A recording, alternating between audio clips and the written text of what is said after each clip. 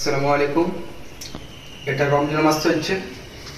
আজকে চলে এলাম যে রমজান মাসে ইফতারে কি খাবো খাবো না, কেননা অনেক মানুষ ইফতারে সঠিক খাবার খাচ্ছে না বলে ধরেন একটা স্বাস্থ্যের যে উপকার আছে রমজান মাসে, সেই উপকারটা আমরা পাচ্ছি না। তো আজকে সেই বিষয়টা আলোচনা করবো যে ইফতার খাবেন। প্রথমত ইফতারে সুন্নতি খাবার আছে খেজুর। অবশ্য আমরা খেজুরটা খাবো, খেজুর দিয়ে ইফতারটা করবো। খেজুর আমাদের হচ্ছে ছোলা, এটা স্বাস্থ্যকর খাবার। আমরা ছোলা অবশ্যই ইফতার রাখবো। গাজর প্রচুর উপকার রয়েছে, আমরা ইফতারের তালিকায় গাজর অবশ্যই থাকা চাই। শসা, এটা তো বলে শেষ করা যাবে না, শসাতে প্রচুর উপকার রয়েছে। তাছাড়া রয়েছে বিভিন্ন রকম ফল রাখবেন, খাদ্য তালিকায় ফল রাখা খুব দরকার। যেমন শরবতের মধ্যে থাকবে বেলের শরবত রাখবেন। বেলের শরবতে অনেকগুলো গুণ রয়েছে। গুড়ের শরবত রাখবেন, এটাও স্বাস্থ্যের জন্য প্রচুর উপকার। গুড়ের শরবত রাখবেন, লেবুর শরবত রাখবেন। তাছাড়াও আমাদের দরকার আছে আপনি ডিম রাখতে পারেন। ডিম বলতে সেদ্ধ ডিম, হাফ বয়েল করে ডিম রাখতে পারেন বা ফুল বয়েল করে ডিম রাখতে পারেন। প্রোটিন সালাদ রাখবেন অবশ্যই। প্রোটিন সালাদ রাখলে প্রোটিন সালাদ কী বোঝায় যে প্রোটিন এবং জাতীয় এবং শাকসবজি দিয়ে একটা মিক্স করে একটা সালাদ বানানো হয়, এই প্রোটিন সালাদ রাখবেন। আর রাখবেন মিক্স ফ্রুট মানে বিভিন্ন রকম ফলের সংমিশ্রণে নিয়ে একটা সালাদ বানানো হয়, এই মিক্স ফ্রুটটা রাখবেন অবশ্য। আর পানির মধ্যে রাখবেন ডাবের পানি। অবশ্যই ডাবের পানি প্রচুর উপকার রয়েছে।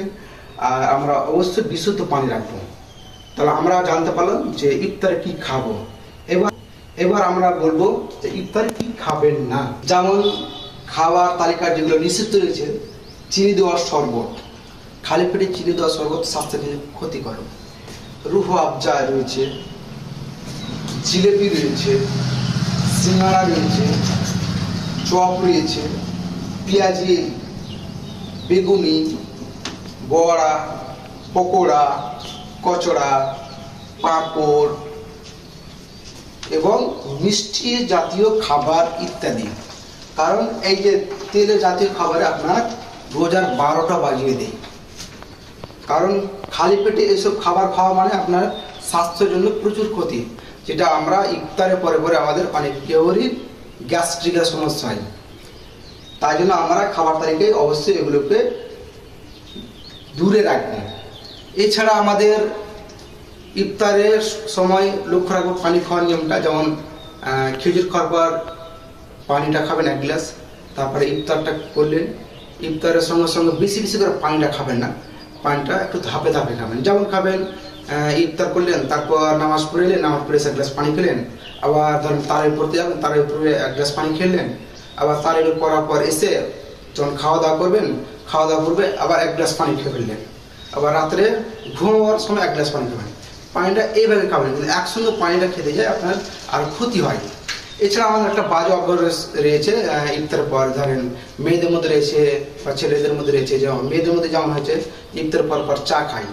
ছেলেদের মধ্যে যেমন নেশা জাতীয় রয়েছে, যেমন ইফতার করলো, নামাজ টাজ পড়ে এলো, বিড়ি, গুটকা, সিগারেট, বিমল, চা, কফি এই ইত্যাদি এগুলো খাই।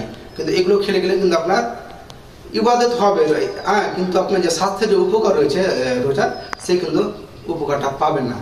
তাই জন্য আমরা ইফতারে এসবগুলো দেখবো যে কী খাবার খাবো না, কী খাবার খাবো, সেটা অবশ্যই লক্ষ্য রাখুন।